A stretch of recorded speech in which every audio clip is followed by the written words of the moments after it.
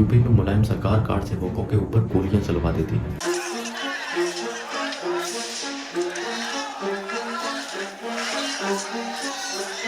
Godhra rail हत्याकांड होता है जिसमें 58 कार सेवकों की जलकर मृत्यु हो जाती है।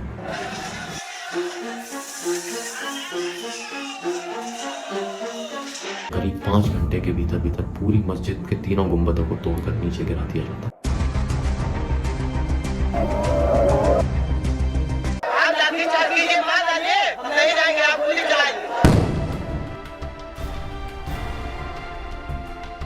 राम को छोड़कर इस देश की कल्पना की जा सकती। पुनः श्री अडवाणी जी से अपील करना चाहता हूं, अपनी यात्रा को स्थगित कर दें। स्थान नहीं रहेगा तो मंदिर में घंटी कौन बजाएगा? और मंदिर वहीं बनाएंगे, उसको कौन रोकेगा?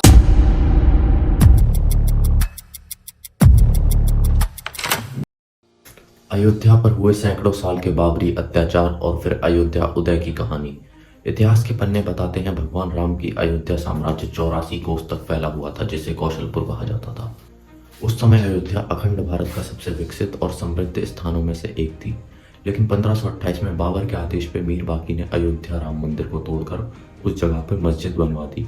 लेकिन 9 नवंबर 2019 1500 साल के इंतजार के बाद सुप्रीम कोर्ट ने राम मंदिर के पक्ष में फैसला सुनाया। तो आज के इस वीडियो में राम मंदिर के 500 साल के संघर्ष और न केवल राम मंदिर निर्माण बल्कि अयोध्या को वर्ल्ड क्लास सिटी बनाने के बीजेपी के प्लान के बारे में है। ये वीडियो उन लोगों तक पहुंच जानी चाहिए जिन्होंने राम के अस्तित्व पर सवाल खड़े किए और भगवान श्री राम को कोर्ट के कटघरे में खड़ा करके राजनीति की। 22 जनवरी 2024 को अयोध्या राम मंदिर का उद्घाटन होगा, जो कि 100 करोड़ हिंदुओं की जीत है। पूरे देश में उत्साह का माहौल है और हमें राम से जुड़े हुए इतिहास और भविष्य में होने वाले राम राज्य के स्वरूप के बारे में पता होना चाहिए। राम के बारे में जानने से पहले राम नाम के अर्थ को जानना बेहद जरूरी है। एक मानना यह है कि राम रम धातु से बना है, जिसका मतलब है वो डिवाइन एलिमेंट जो खुद में पूरे ब्रह्मांड को समेटे हुए है। लेकिन जगत गुरु रामभद्राचार्य जी के अनुसार राग से मतलब है राष्ट्र और माँ से मतलब है मंगल, यानी कि राष्ट्र का मंगल। राम एक अनोखी विचारधारा है, राम एक सुकून है, राम ही परम सत्य है। साइंटिफिकली जब हम राम नाम बोलते हैं तो हमारे होठ आपस में मिल जाते हैं, जिससे कि एक गुड वाइब्रेशन प्रोड्यूस होती है। अयोध्या के राजा दशरथ ने पुत्र कामेष्टि यज्ञ करवाया, जिसके फलस्वरूप उन्हें 4 पुत्र हुए। अयोध्या को प्राचीन काल में अवध के नाम से जाना जाता था। भगवान राम के बाद उनके बेटे कुश ने अयोध्या में राम मंदिर का निर्माण कराया। हजारों साल के समय बीत जाने के बाद मंदिर अपने असली स्वरूप में नहीं बचा। फिर 5th BC में उज्जैन के राजा विक्रमादित्य ने इसको रीबिल्ड करवाया। 1500 साल बाद बाबर भारत आया। धीरे धीरे करके उसका कब्जा अयोध्या तक हो गया। बाबर ने आदेश दिया कि मंदिर को तोड़कर मस्जिद बनाई जाए। मीर बाकी बाबर के सेनापति ने मस्जिद का नाम बाबर के नाम पे बाबरी रख दिया। करीब 1717 के आसपास मुगल अत्याचार खत्म होने के बाद जयपुर के राजा जय सिंह ने प्रयास किया कि हिंदुओं को पूजा करने के लिए जगह मिले, लेकिन उनकी मृत्यु हो जाती है। लेकिन उनकी मृत्यु से पहले राजा जय सिंह मस्जिद के बाहर एक राम चबूतरे का इंतजाम कर देते हैं, मतलब वो हिंदू मस्जिद के बाहर पूजा कर सकते थे। सन 1800 के आसपास ब्रिटिश गवर्नमेंट ने सर्वे करवाया, जिसमें पता चला कि मस्जिद के नीचे के जो पिलर हैं वो मंदिर से लिए गए। मतलब उल्टे अक्षरों का इतिहास पढ़ने वाले खुद से अपने पिलर तक नहीं बना पाए। जब ये बात हिंदुओं को पता पड़ी 1853 के आसपास, तो हिंदू संगठन एक्टिव हो गए। निर्मोही अखाड़ा क्लेम कर देता है कि ये मंदिर है। इसके बाद 1853 में फर्स्ट ऑफिशियल हिंदू मुस्लिम दंगे हुए। 2 साल तक हजारों लोग मारे गए। उसके बाद ब्रिटिश गवर्नमेंट ने राम चबूतरे और मस्जिद की फेंसिंग कर दी, जिससे कि दोनों पक्ष अलग अलग पूजा कर सके। 1885 में ये केस पहली बार अदालत में गया। कई बार हिंसक भीड़ ने मस्जिद की दीवारों को तोड़ दिया, जिसके चलते अब मस्जिद केवल फ्राइडे को खुलने लगी और हिंदू बाहर राम चबूतरे की पूजा करने लगे। 23 दिसंबर 1947 मस्जिद के अंदर मूर्ति मिलती है। उस मूर्ति की पूजा भी हुई होती है। मुस्लिम पक्ष का मानना यह था कि यहाँ पर कोई रात में आकर मूर्ति को रख गया है, लेकिन हिंदू पक्ष का मानना यह था कि मूर्ति प्रकट हुई है। जब यह खबर दिल्ली पहुंची तो परम पंडित जवाहरलाल नेहरू मूर्ति को वहां से हटाने के लिए आदेश दे देते हैं।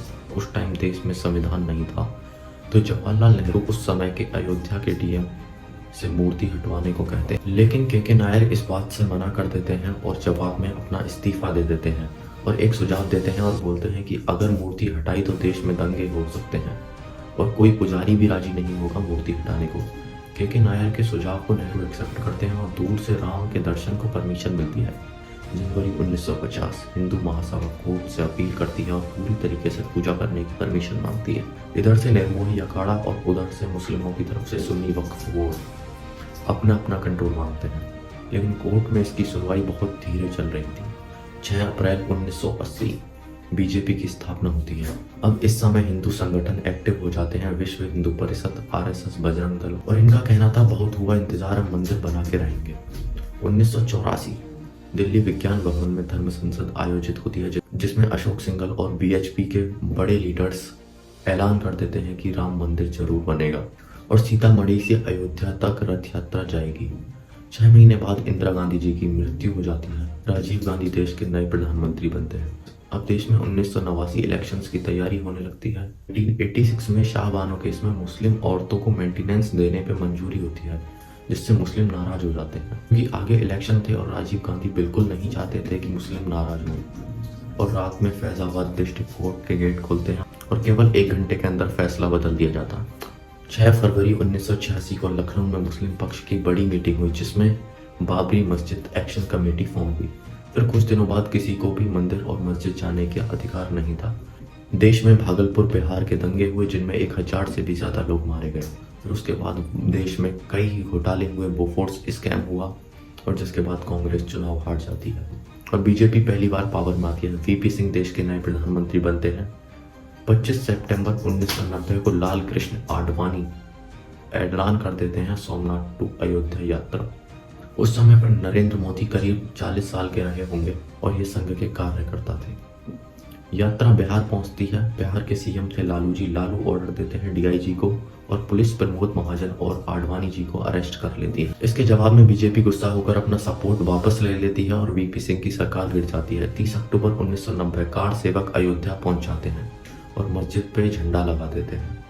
यूपी में मुलायम सरकार कार सेवकों के ऊपर गोलियां चलवा देती है, जिसमें काफी लोग मारे जाते हैं। 1991 में राजीव गांधी को मार दिया जाता है। यूपी में अगले इलेक्शंस होते हैं और बीजेपी की तरफ से कल्याण सिंह सीएम बनते हैं। 6 दिसंबर को कार सेवक दिवस मनाया जाता है। 6 दिसंबर की सुबह को अयोध्या में लोगों की भीड़ इकट्ठा होनी शुरू हो जाती है। लाखों की तादाद में लोग मस्जिद को घेर लेते हैं। 11:40 AM लोग मस्जिद के ऊपर चढ़ जाते हैं और करीब 5 घंटे के भीतर पूरी मस्जिद के तीनों गुंबदों को तोड़कर नीचे गिरा दिया जाता है। इस घटना से पूरी सेंट्रल गवर्नमेंट हिल जाती है। यूपी में प्रेसिडेंट रूल लागू हो जाता है। पूरे देश में एंटी हिंदू दंगे होने शुरू हो जाते हैं और पाकिस्तान और बांग्लादेश में 30 से भी ज्यादा हिंदू मंदिर तोड़ दिए जाते हैं। इन दंगों में 2000 से भी ज्यादा लोग मारे जाते हैं। मुंबई दंगे हुए। 2001 में वीएचपी सेंट्रल गवर्नमेंट से मंदिर की डिमांड करती है और फिर अयोध्या समिति गठन होती है। और अब अटल बिहारी वाजपेयी का कहना था कि राम मंदिर अगर कोर्ट के फैसले से ही बने तो ज्यादा बेहतर होगा। गोधरा रेल हत्याकांड होता है, जिसमें 58 कार सेवकों की जलकर मृत्यु हो जाती है। नरेंद्र मोदी गवर्नमेंट 2014 के बाद सुनवाई तेज हुई। Archaeological survey of India ASI ने अपनी 6 महीने के अंदर रिपोर्ट सबमिट की, जिसमें मंदिर होने के पुख्ता प्रमाण मिले। और फिर ऐतिहासिक दिन आया 9 नवंबर 2019।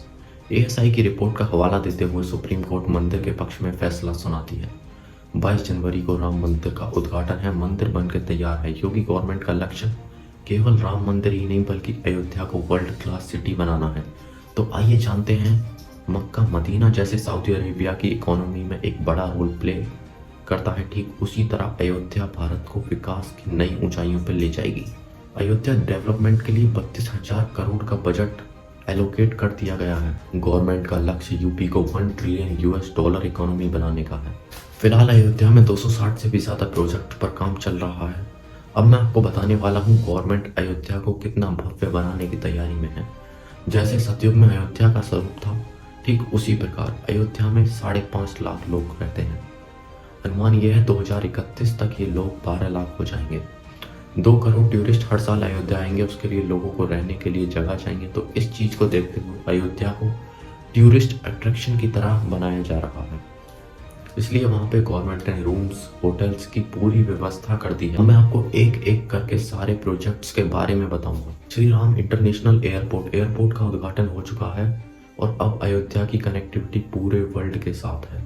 जैसे भगवान राम लंका से पुष्पक विमान में आए थे, एक बार फिर अयोध्या तैयार है विमानों की उड़ान के लिए। इसी के साथ यूपी देश का 5 इंटरनेशनल एयरपोर्ट्स वाला पहला स्टेट बन जाएगा। इंटर स्टेट बस स्टेशन बनाया जा रहा है। World class railway station, 235 kilometre लंबा परिक्रमा मार्ग भी बनाया जा रहा है जिसका नाम NH227B है, जिसमें बस्ती, बाराबंकी, गोंडा, अयोध्या और अंबेडकर नगर आते हैं। इससे इन इलाकों का भी विकास होगा। सरयू नदी पे रिवर फ्रंट बनाए जा रहे हैं। यहाँ पे लेजर लाइट शोज चलेंगे जो कि एक टूरिस्ट अट्रैक्शन होंगे। लग्जरी क्रूज शिप्स सरयू नदी में तैरेंगी जिससे VIP लोग भी यहाँ आया करेंगे और शिप्स पूरी ग्रीन एनर्जी पे बेस्ड होंगी। मतलब पोल्यूशन से अयोध्या को बचाने का पहले से ही सारा इंतजाम है। राम के जीवन से जुड़ी कहानियां एनिमेशन के जरिए बड़ी बड़ी स्क्रीन पे चलाई जाया करेंगी।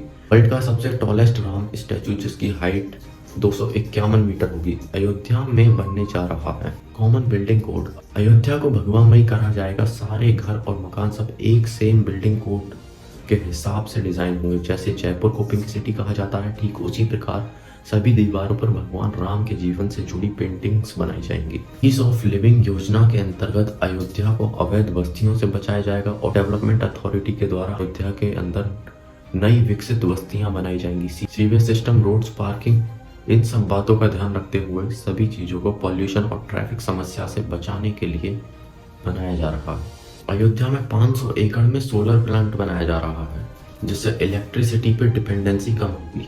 करीब 1200 एकड़ में अयोध्या वैदिक सिटी बनाई जा रही है जहां पर हमारी सांस्कृतिक विरासत को शोकेस किया जाएगा। डिज्नीलैंड की तरह अयोध्या में राम लैंड थीम पार्क बनाया जा रहा है। हर गली चौराहे पे कुछ ना कुछ सांस्कृतिक झलक दिखाई जाएगी। दीवारों पे श्लोक्स और कलाकृतियां बनाई जाएंगी। भाई ये नज़ारा देखने में इतना ज्यादा भव्य होगा कि मानो हम स्वयं सतयुग में आ गए हैं। 1 किलो सोना और 7 किलो चांदी से मिलकर भगवान राम की चरण पादुकाएं तैयार की गई हैं। तो उसी प्रकार से जब राम वनवास गए तो भरत ने राज सिंहासन पे उन चरण पादुकाओं को रखकर लोक सेवा की। अब अयोध्या इतनी भव्य होगी, इससे टूरिज्म बढ़ेगा। 56,000 से भी ज्यादा नए रोजगार के अवसर मिलेंगे। देश में विदेशी मुद्रा का आह्वान होगा। जो लोग बोलते थे कि राम मंदिर से रोजगार मिलेगा, राम मंदिर से क्या रोटी मिलेंगी, तो मैं उनको बता दूं कि हमारे राम जीवन भी देते हैं और जीवन जीने के लिए साधन भी देते हैं। मेरा सभी हिंदुओं से अनुरोध है, फैसला आपके हाथ में है। जिन्होंने हिंदुओं पे गोली चलवा दी, आप उनके साथ हो या जिनका जन्म ही राम के लिए हुआ, तो धर्म और जात पात पे राजनीति करने वालों से बचें और वीडियो को शेयर जरूर करें और कमेंट में जय श्री राम लिखते हैं। जय